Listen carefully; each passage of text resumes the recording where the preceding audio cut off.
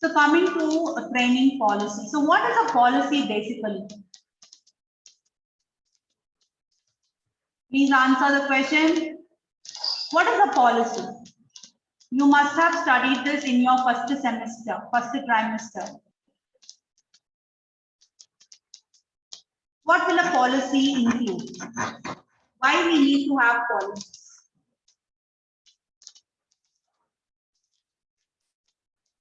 Ma'am, it may be rules and procedures that it has to be followed. Okay.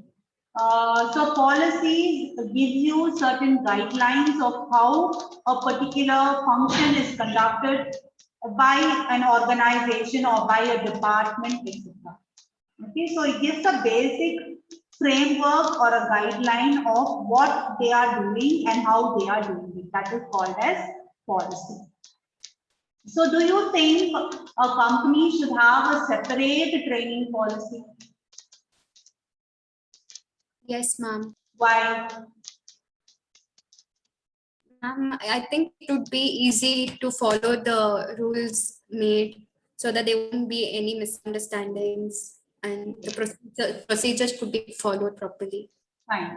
So, as an organization, it is not a one-day event or it is not a one-year event. It is a continuous process that is happening in a company. Now, the founders might have started something and they might have had a vision, they might have a policy. Now, if they have not written down this policy, if it was just a verbal, what will happen in the coming generations or in the coming years? Slowly the policies will undergo huge transformation or a huge change.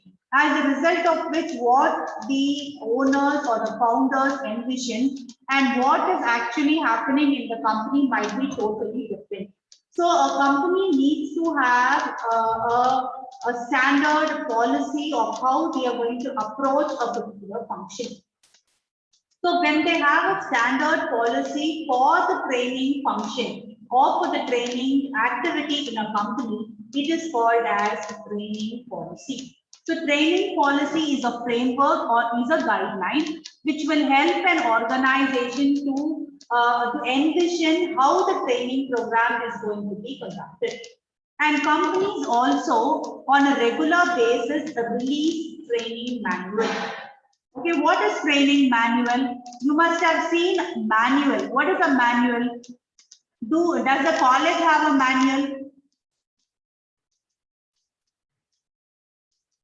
Yes, ma'am. Yeah, what is our manual? Our manual is the calendar. Correct, the academic calendar that is released by the college every year in the beginning of the year is called as manual.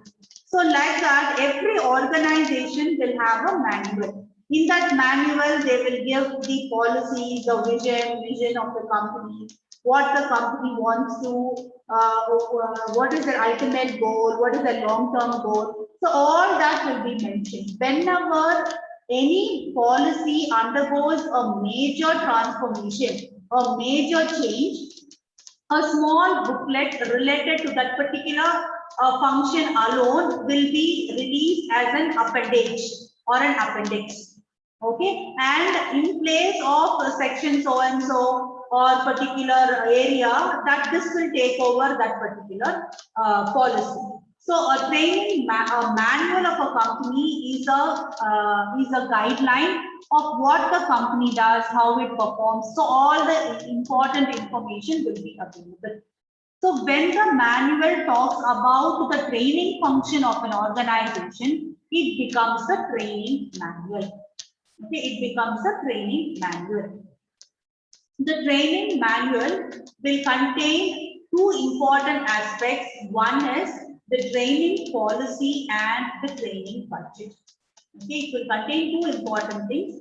One is training policy and the other one is the training budget. So policy, we have already given a brief introduction. A policy is a guideline framework. It is going to give details of how training is given importance in the company, how training, how many training hours is to be apportioned per person, etc. It also contains the information of the budget allocated for the training function. which is called as training budget.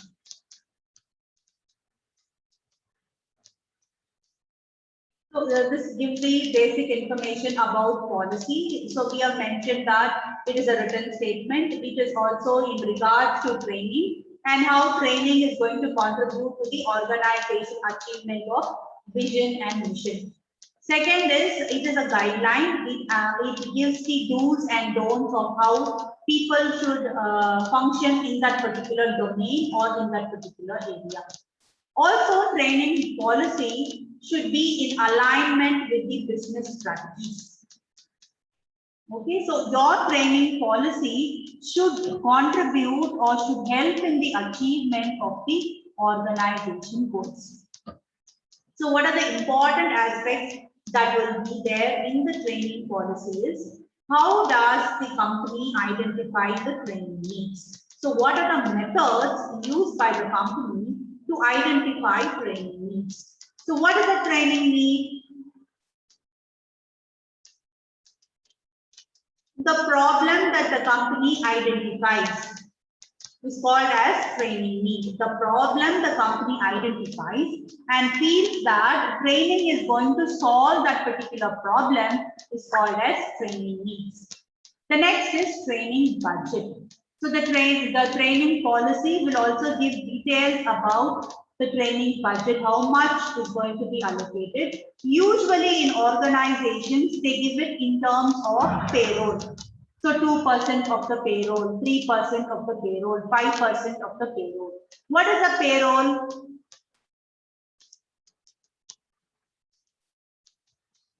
Answer, Jeevita. What is a payroll? Ma'am, an amount of money to be paid. Amount of money To be paid to the. Jeevita, you are in the class. You are supposed to switch off the TV or go to a room where there is no TV. If you are sitting like this, how will you be able to learn?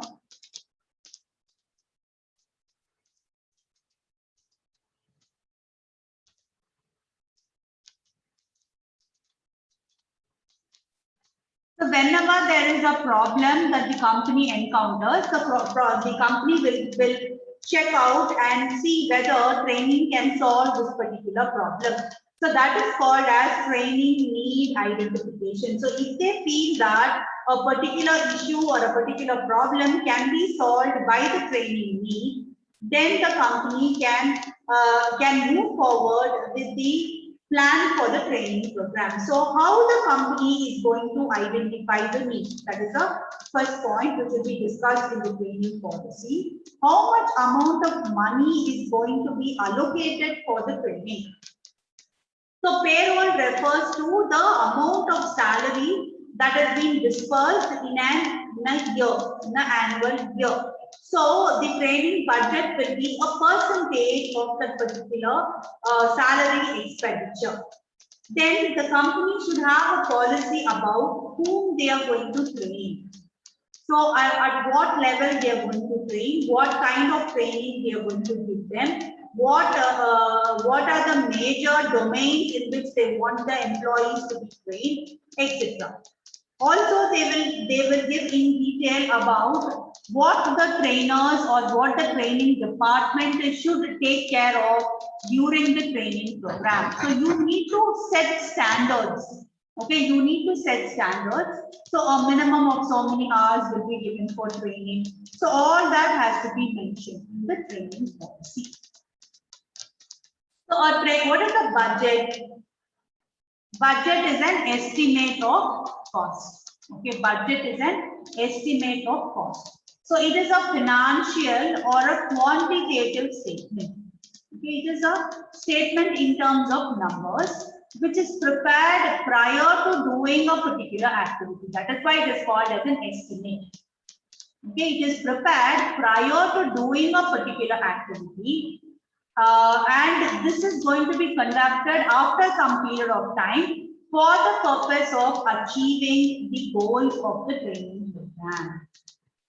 Okay, so the training budget is usually a percentage of the salary, and it is in terms of numbers, and it is a statement which indicates how much money they are going to spend during a particular year for the function of training.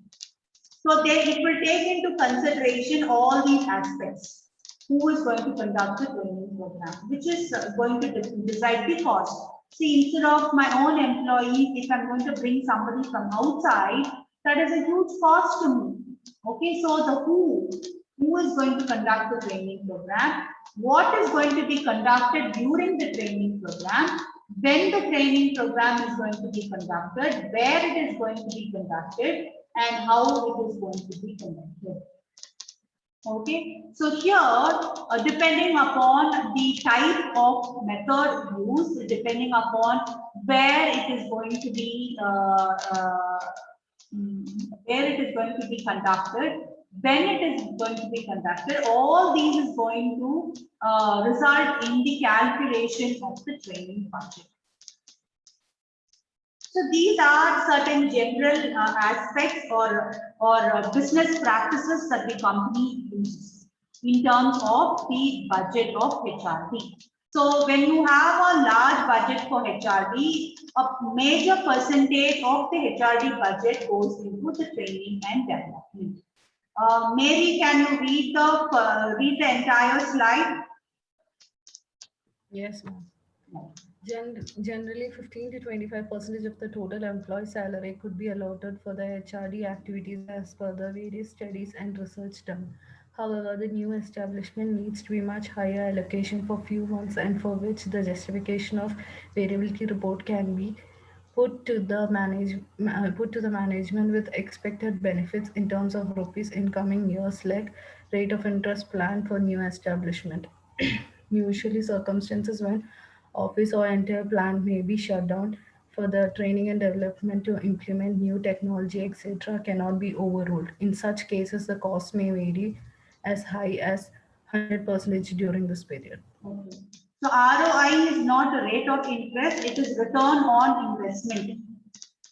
Okay. So the companies will spend roughly 3% of the total salary, or it could be 15% to 25%. Training and development will come to 5% to 7%, whereas the HRD budget will come from 15 to 25%. And it says that if you're a new organization, you will have a huge training requirement, because you have to train your employees on provision, mission, policies, procedures. So you have to spend a huge amount of money on the new establishments. And you can take it that the more you spend, the better will be your return on investment. In some cases, in organizations, when there is a complete revamping or there is a total change in technology, then the entire organization needs to be trained.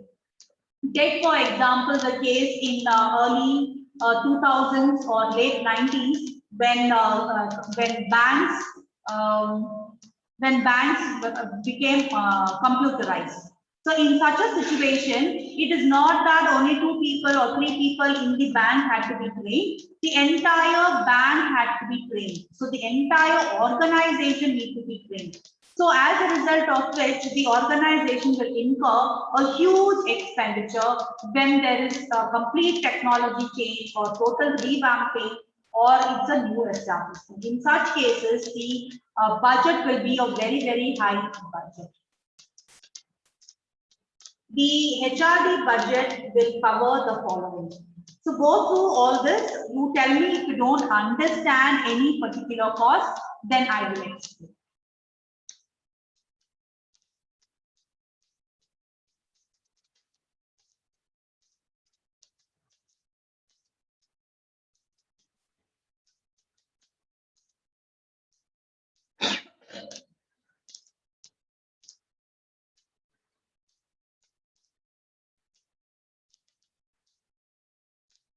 Is all the costs clear? Any doubts? And what's cost of validation? Okay. Anything else that you would like to know?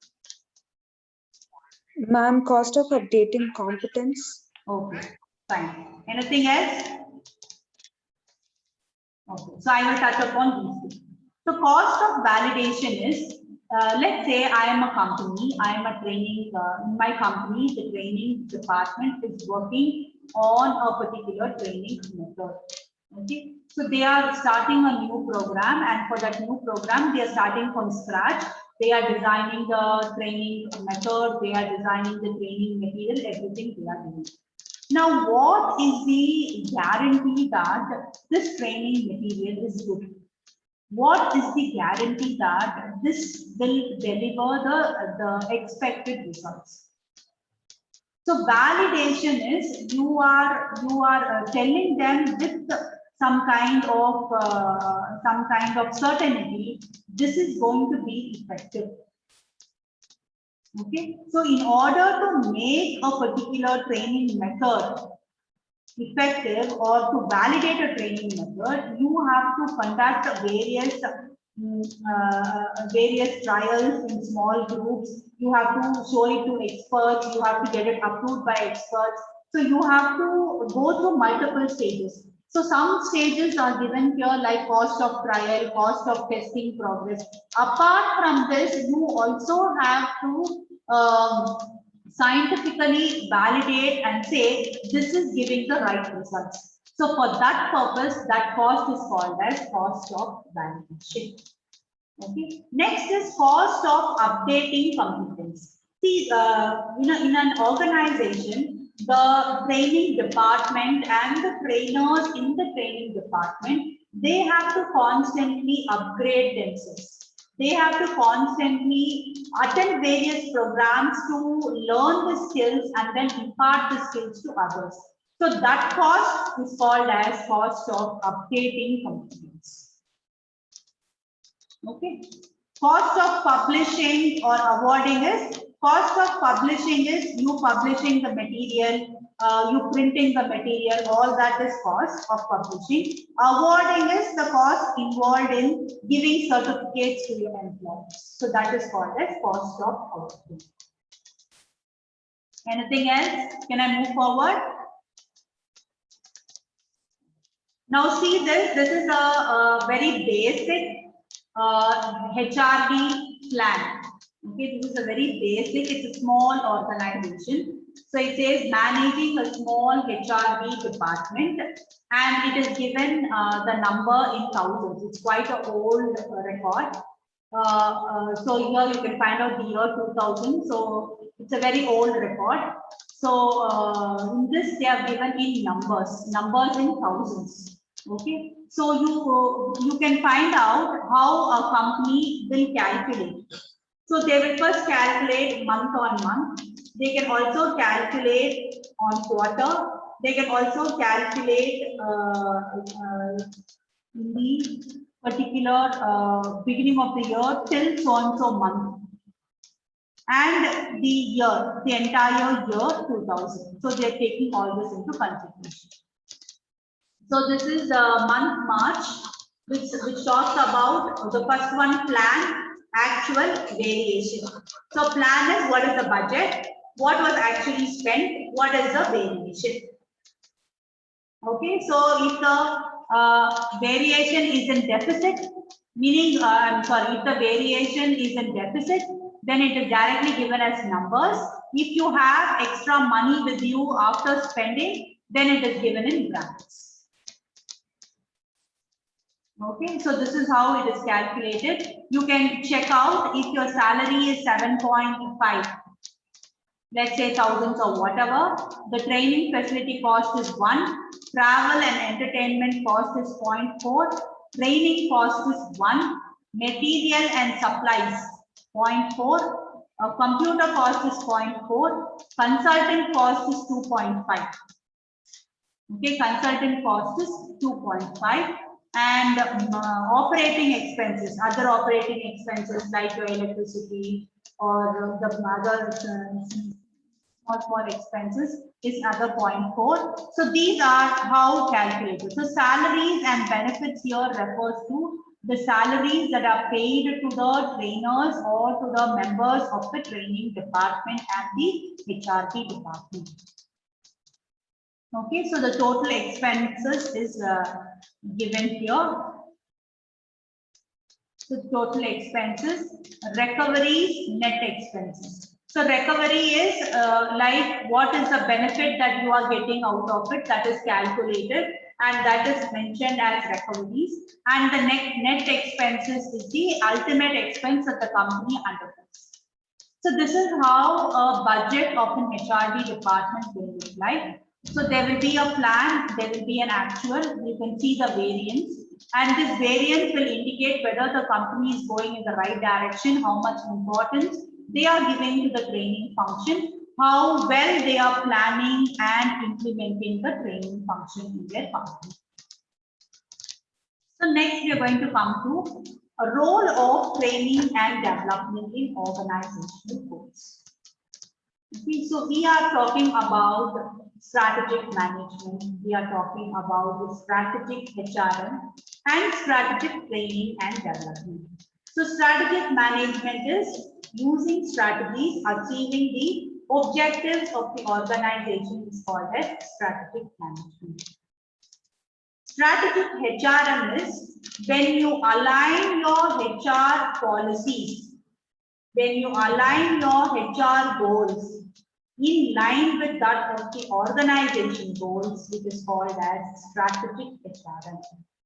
Strategic training and development is when you align your training and development goals to match or to achieve the organization goals, which is called as strategic training and development. So in this slide, it talks about how training and development results in various behaviors, which in turn helps in the achievement of organization goals. Okay, which helps in the organization goals. So at the left hand side, all the values of the company are given. And then these are the outcome of training program. Okay, these are outcome from training program. So you find that a training program helps to improve the performance of employees, helps to motivate employees, helps to have good working environment, helps employees to develop a loyalty or commitment to the organization, etc., which in turn will help in the achievement of organizational goals or organizational values. Okay. So this is how training and development plays a significant role.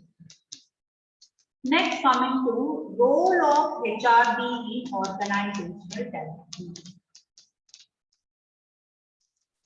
This particular graph, this particular process is divided into input, process, and output. So the input, process, and output is usually called a system process or system analysis. So here you find that the input is people, the description given to them for their roles, the structure that is existing in the organization, and the input of cost. Sorry, Mebin, I just saw your question now only. So you have asked a question, what are training materials? See, whenever employees come for a training program, they have to be given handouts or they have to be given some material or book on that particular subject. So let's say a company is going to train their employees on FIRES. Okay, so an employee needs to know what the people who are coming to the training program needs to know what is FIRES, what is the history behind FIRES, how FIRES has been implemented by other organizations. Even though I can speak for hours during the training program, some kind of written material needs to be given to the employees so that they will look into that particular material when they have a quest for knowledge or when they have a doubt. So those are called as training materials.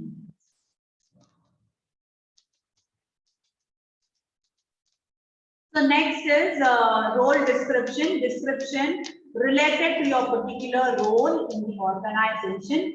The structure of an organization. What is a structure? Organization structure. Can you tell me what are the two important types of organization structure that you know about?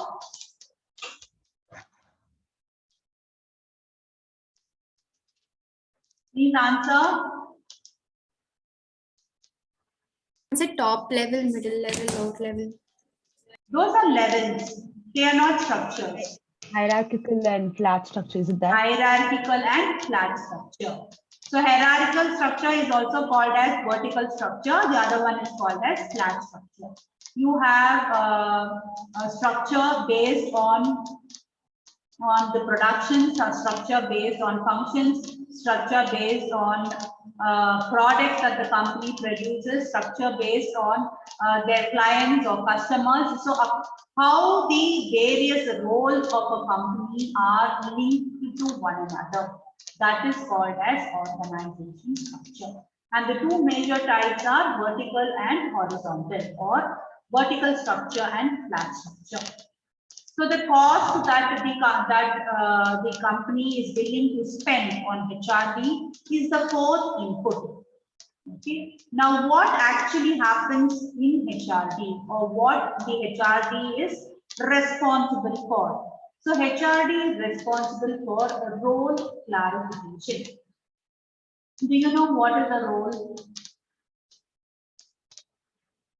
I have taught you OB, right? In OB also I have taught you about role.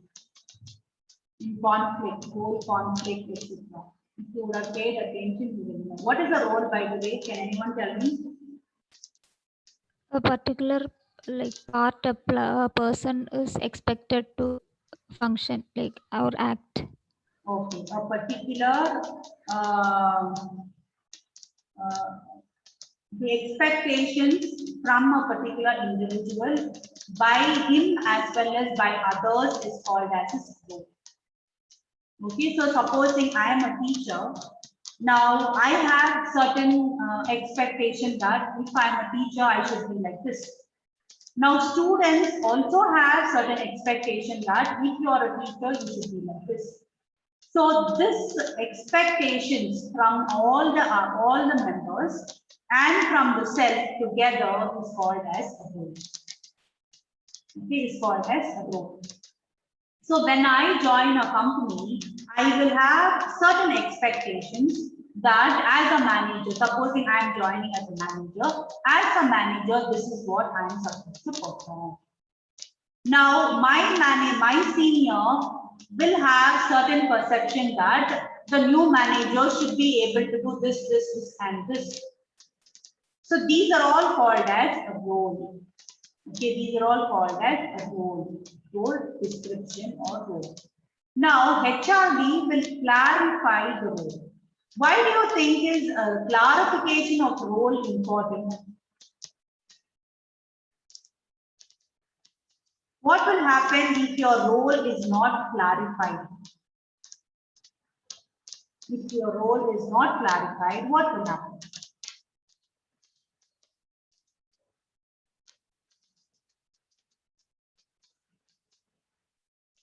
How many of you are there in the class now? Nobody is there? So I am talking to system.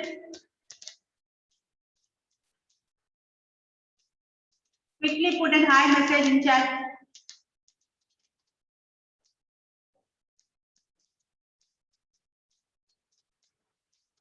Then answer, dear. See, I should not get a feeling that I am talking to walls. I should get some response from you. What will happen if the role of an employee is not clarified?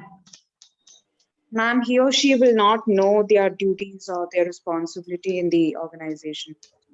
As a result of it, what will happen? A lot of confusion will be happening both the sides, from employee and employer side. True, very true. And he will not be able to achieve his objective because he doesn't know what is his objective. And finally, he will not get a good performance appraisal because he doesn't know what he has to achieve. The company might have a different opinion, he might have a different opinion. So role clarification is very, very important. Okay, and if you do not clarify the role of an employee, it will result in so many inefficiencies in the organization, and not only inefficiency, lot of dissatisfaction, both from the perspective of the employee and the perspective of the employer. Okay, the HRD should also take care of widening the perception. So when we say widening the perception, he should not only think about himself or herself. He should think about the team. He should think about the organization. He should think about the entire activity that is happening in the company. So you should not have a very narrow perspective. You should have a holistic perspective of what is actually happening in the company. That is why yesterday we were talking about rotation, job rotation. So when you work in multiple jobs, you know how your job is linked to other jobs. You know how all this put together results in service efficiency or service quality to the customer. The next activity is training and development. So HRD takes care of that. Last one is group dynamism. What is group dynamics?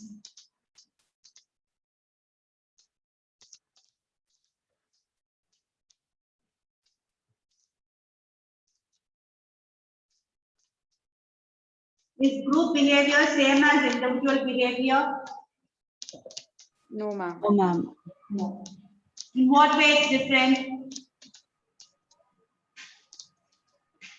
The way they think together, because multiple perspectives are put together, Yes. so it leads to different results. Okay, it leads to different results. So in group behavior, it is not only the individual factors that is influencing the behavior, it is each individual's characteristics that is put together. So it becomes multiple characteristics. Apart from that, for the group, there is something called as group behavior. So it is not only the complexity of individual characteristics coming together, but also a new characteristic called as group behavior, which is going to appear. Okay, so in group behavior, you will find common aspects like role conflict, social loafing. You will also find think tank. So these are all various concepts which will come under group dynamism. As a result of which, it will impact the behavior of the group. So HRD's role is to smoothen the dynamics of a group and ensure that it results in better performance or exceeding performance of the employee. So the outcome of this entire process is good perception of employees, the moral value improvement, rise in self-esteem or the confidence level that an employee has that he can perform, etc., improve the productivity and harmonious work environment. So all these are very, very important in an organization, and HRD is responsible, or HRD contributes to these important outputs, which is very, very significant in the company.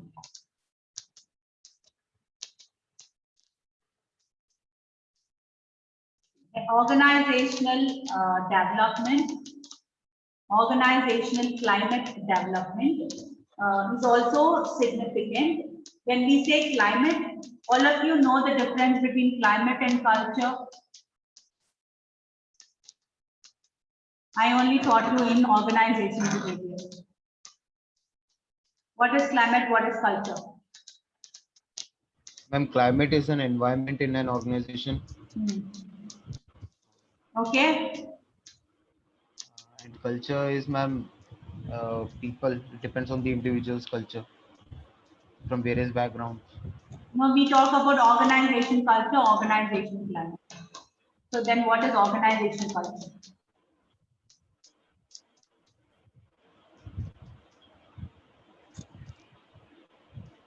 What is organization culture? Ma'am, behavior within the organization. Or behavior within the organization? Not correct. Practices what they keep in each and every organization. Practices and what rules and regulations they keep. Okay. So culture is basically the beliefs, values that the company has founded. Okay, and who frames the organization culture? It is the founding members of the organization. Okay, climate is how the employees react to the culture is called as climate. Okay, how the employees react to the culture and be a part of the culture is called as climate. So your behavior, what you said, human behavior in the organization is climate. Okay, but the culture part was wrong. Culture is the beliefs or the values or the traditions, customs that the organization has started. And it is basically given by the founding members of the organization. Okay, so this climate development, organizational climate development is very important. So HRD not only sees through the culture of the company, and whenever it is required, they modify the culture, but they also take care of the welfare of the employees and the overall environment in an organization. So this ensures that the people in the organization will respond back effectively. Sudhakar, you can read. Okay, ma'am. So next is the HRD model. Remember in the earlier classes, we have seen another model of HRD, but that model was training and development as a part of HRD. Here, this is the HRD model, which has two individual or parallel links which join together to result in organizational effectiveness. This is simply called as the HRD model. So the HRD has two important objectives. One objective is to take care of the employees of the organization or the individual employees in the organization. The other one is to take care of the culture, facilities, development plans, etc. And that is called as organizational development. So here individually it takes care of the skills, knowledge, ability, attitude development. And then finally it results in trained and developed employees in an environment which is very, very conducive for working. This together results in organizational effectiveness. Okay, this results in organizational effectiveness. So next is training and planning. How to plan for the training program. Organizations should identify gaps or problem or priority areas in a company. So these are also called as training drivers. Why training drivers? Because these are the driving force for the training. And from multiple drivers, you have to select one which is most cost effective and which will result in highest productivity. So the company should choose one such driver and it should start training on that particular driver. So how will they identify drivers? So these are various aspects. Okay. Go through it. If you do not understand anything, you let me know. I will explain.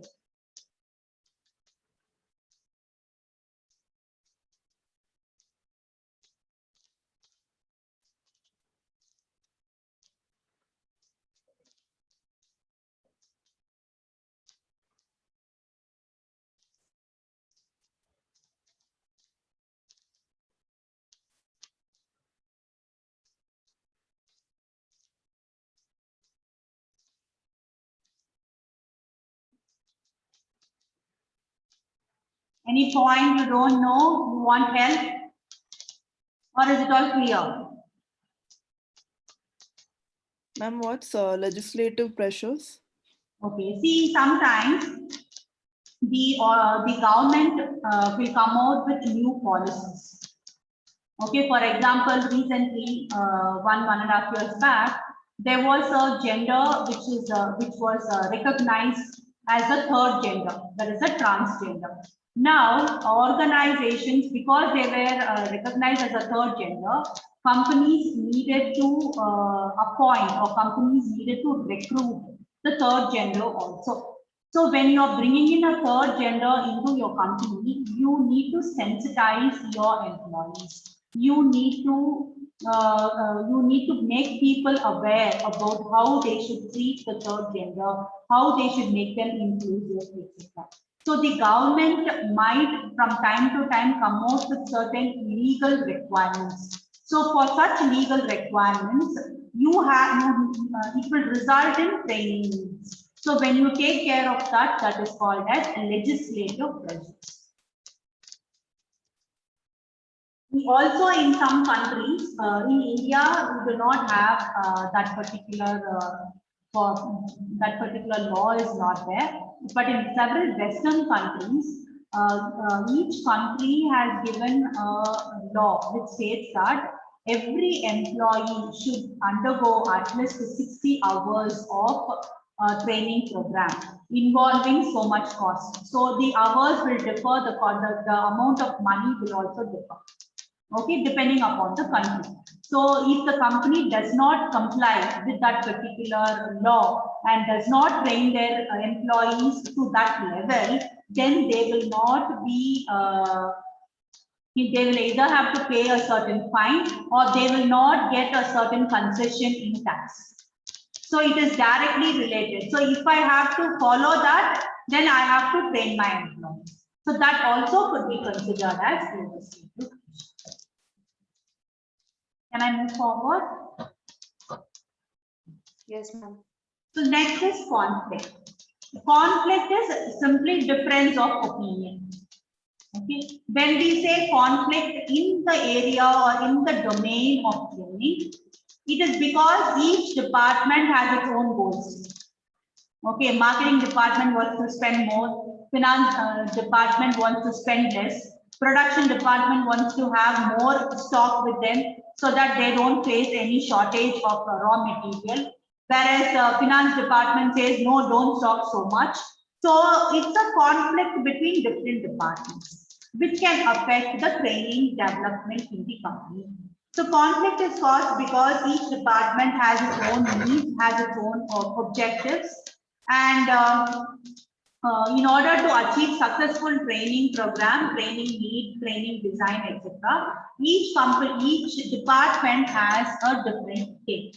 Okay, so that is the reason why conflict arises. So what are the major areas of conflict in training? Yamini, can you read the entire slide? Conflict areas on training. Management resisting release of staff for training due to day-to-day work demands, short-term needs of performance management versus long-term outlook of HR. HR have no line authority over trainees, therefore cannot control training take-up. Training is rarely well followed, though once delegates are back in jobs despite HR efforts to achieve this via managers. HR budgets are often cut if profits come under pressure. So these are the common areas where training will have conflict. First is the manager. Supposing I want to conduct a training program for 50 managers in my company. Now the manager or senior, he will not release the manager. He will say, no, some important work is going on. This work is there, that work is there. I cannot send them. So this is one major problem that the training department will face. Second thing is the training department is more concerned with the overall development or futuristic development. Whereas the managers are more focused on training, what will result in performance today, tomorrow, etc. So there is always a conflict between short-term objectives, short-term outcome and long-term outcomes. So long-term outcome takes a backseat, which results in development taking a backseat and training taking a front seat.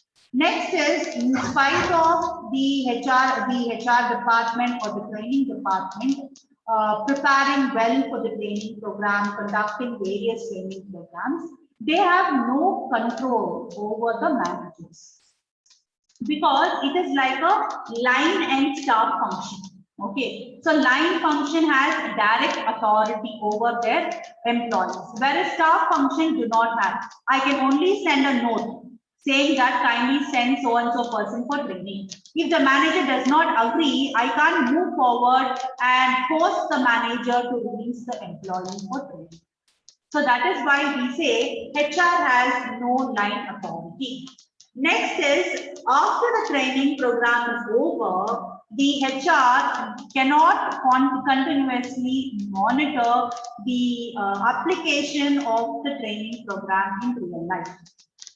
So that has to be taken care of by the managers. The managers don't understand understand that importance. As a result of which, they are not the follow-up or the monitoring is not happening effectively. The last one is, any time the company is not doing well, the company has some recession, some problem, or it could be any kind of financial distress, the first thing to be hit is the HR, and within the HR, training and development is the first function to be hit. Okay, it is a very common practice. So that is, these are the conflict areas of training. Okay. Yeah. Now all of you switch on your videos.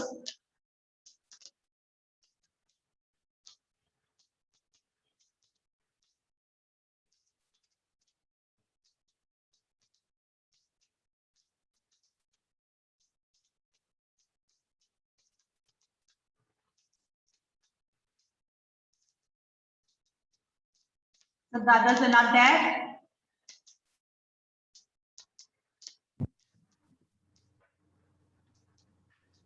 Right. So close to 6 classes of training and development has happened. Okay. I want you to share the key takeaways in this last 2 classes. 5-6 classes have happened already. So what all has registered in your mind? What are the key takeaways? So each person can share quickly. Whenever there is a right time, training has to be given to the necessary employees or the necessary set of people. And even though when you think it's not the right time, you have to consult and then get to know that it is the right time. Okay. Which is So, really continue, Tejas. Which is really important for an organization. For the maybe if it is a difficult times, I mean, even if it is a tough time, you'll have to do it. Maybe when time get well, it is useful then. So according to you, you cannot compromise on training. Training should not be given a least priority. Any point of time, whether the company is doing well, company is not doing well, training has to be given importance, and training cannot be avoided. Fine. Right. Anybody else? Quickly, all have to share. So each one of you can start one by one. Training is not the solution to all the problems. Like, I mean, we need to assess first. I mean, if there's a person not performing well or something, we need to assess first, identify what this problem is. And based on that, we need to decide if training is a solution for it or not. We can't just blindly provide training for everything. So organizations have multiple problems. Each problem cannot be solved by training. Okay, so there are certain problems which can be solved by training. There are certain problems where training will not be the solution. So you cannot blindly go for training. So the first step that you have to start is training need assessment. Only in that assessment, if you find that training will provide the solution, you can go forward with training. Otherwise, you have to try any other means of solving the problem. Yeah, next. Training ultimately improves one's skill and knowledge. So it will help them understand how to work in an organization, which will also indirectly help in their contribution. So training has multiple benefits. Okay, training has multiple benefits. It not only has benefits at individual level, group level, team level, and organizational level. It also has both monetary benefits and non-monetary benefits. It also results in the ultimate goal of every organization, which is customer satisfaction. Next person. And the training should be specific. So before we are planning for the training, we should know what our employees really need. So we have to actually understand the drawbacks or what are the field the employees are weak in. So that is where we have to give a training. Like for each job, it should be specific. Okay. So every training program should be done only after a thorough assessment. The assessment should be conducted in a very, very detailed manner, where you collect information from multiple sources, and from all these sources you have to understand what is the various requirement of the employees or managers or customers, and how training can provide a solution. Based on all that information only, you should go forward with the training program. Yes, next. Yes, ma'am. Adding to the. Yeah, Mary. Okay, Mary. Ma'am, what are the advantage of having a training policy that was very clearly understood, like training budget, how is it assigned, and then people, how to be trained, areas of training, all these things separately understood, so that we got a clarity on why training policy is important. Okay. So the importance or significance of training policy. Yeah, it not only gives clear-cut information to the employees, to the managers, but also to the people in the training department who is going to conduct the training program. It gives them complete information of how the company is moving forward in the function of training. Okay. Next. Other than enhancing the skill of an employee, training and development also plays an important role to reduce the conflicts and also increase the loyalty of the employee towards the company. So Ayush has discussed about the non-monetary benefits of training in an organization, which includes employee satisfaction, it includes commitment, loyalty, having positive cooperation between the members of the organization. Okay, next. Ma'am, training and training and development develops the objective and learning outcomes. So training and development is very important in the organization, because learning outcomes will be there in the teamwork and individual. Okay. So you're talking about the significance of training in the organization, which results in learning outcomes. This learning outcome should not remain as a learning outcome. It should convert into application or change in behavior, and this change in behavior should be measured in terms of outcomes in the organization, which is profitability and productivity. Okay, right. Next. Yes, ma'am. Adding to the Erin's and the Lino point, training help us to know how employees' interests are, and is he comfortable with his job, or is he being satisfied what the work is allotted to him, and is he gaining something from the training and improving in his his or her work process. Okay. Smita, are you talking about the evaluation of the training? Yes, ma'am. Oh. Yes, ma'am. Yes, ma'am. Okay. So evaluation of training is very important as planning for a training program. So when a training program is conducted in an organization, the company spends a huge amount of money. If we do not monitor, if we do not control, then we will not know how effective was our training program. So it is very important to evaluate the training program in terms of learning outcomes, in terms of change in behavior, in terms of organizational outcomes. Yeah, Nikshita? Yes, ma'am. Training is also important mainly for freshers who come to an organization to know about the climate and change, what you talked about of an organization, how they should be in a organization, the culture, how they should be within the environment. That is also important. Okay. So training plays a very significant role in the life of the newcomers to the organization. So orientation program is very important. Research has said that if the orientation program is not successful, then more than 60 to 70% of employees will leave in the first 3 months.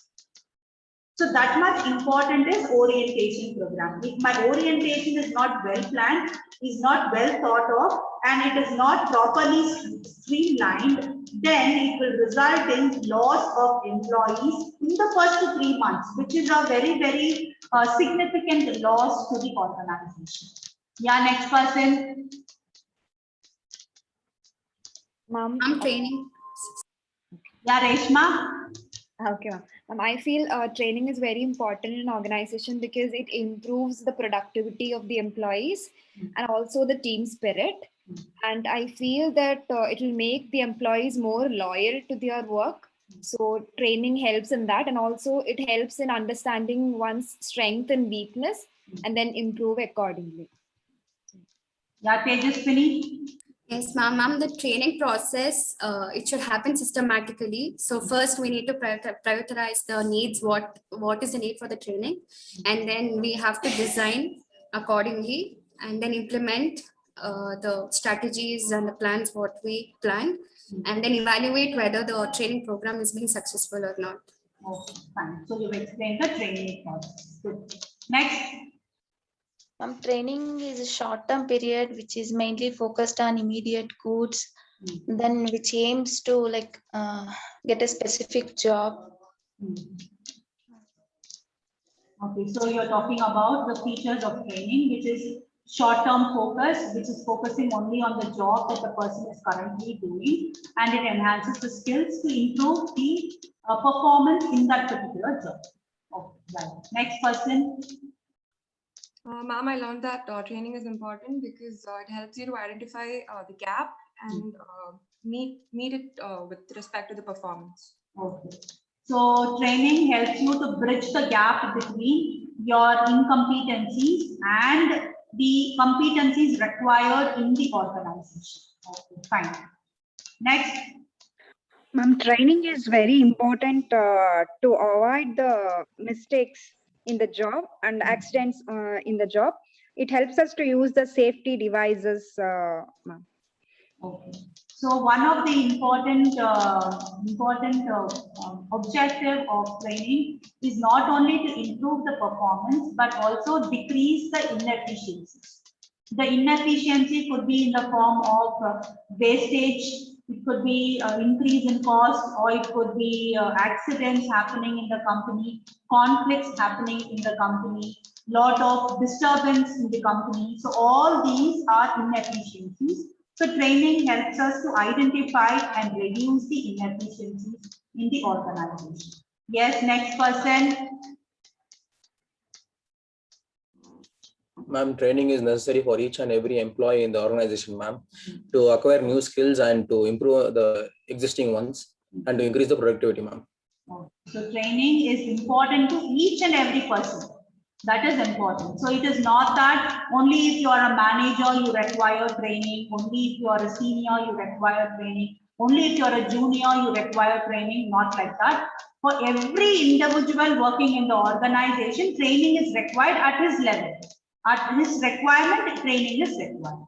Yes, next person. Jito. Alan. Yes, ma'am. Yes, Alan, start. It is defined as a substitute of technology that permits employees to perform its standard like to acquire new predetermined behavior of that organization. Are you reading from something? Yeah. Okay. You explain in your own words what you like. It could be a very simple sentence, but I want what you have understood. It's like they are studying new behaviors in an organization with the help of an instructor or a mentor. Okay. So training is learning or acquiring new skills with the help of mentor or with the help of technology. Okay, Yes. fine. Right. Next person. Janani. Yeah, Jitu. Training helps in building new skills, and also it helps in building improving existing skills. Improving existing skills. Okay, building new skills. Okay, fine. Shiva Shankar, Raksha. Janani, you explain? Yes, ma'am, I already did. Okay, Raksha. Okay. Janani also finished? Okay. What about Shiva Shankar?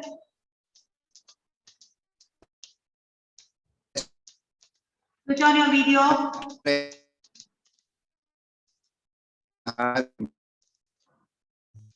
Yes? Your voice is breaking. Jeevita, you finished, right? Yes, Okay. Yeah, Shiva Shankar, we cannot able to hear you.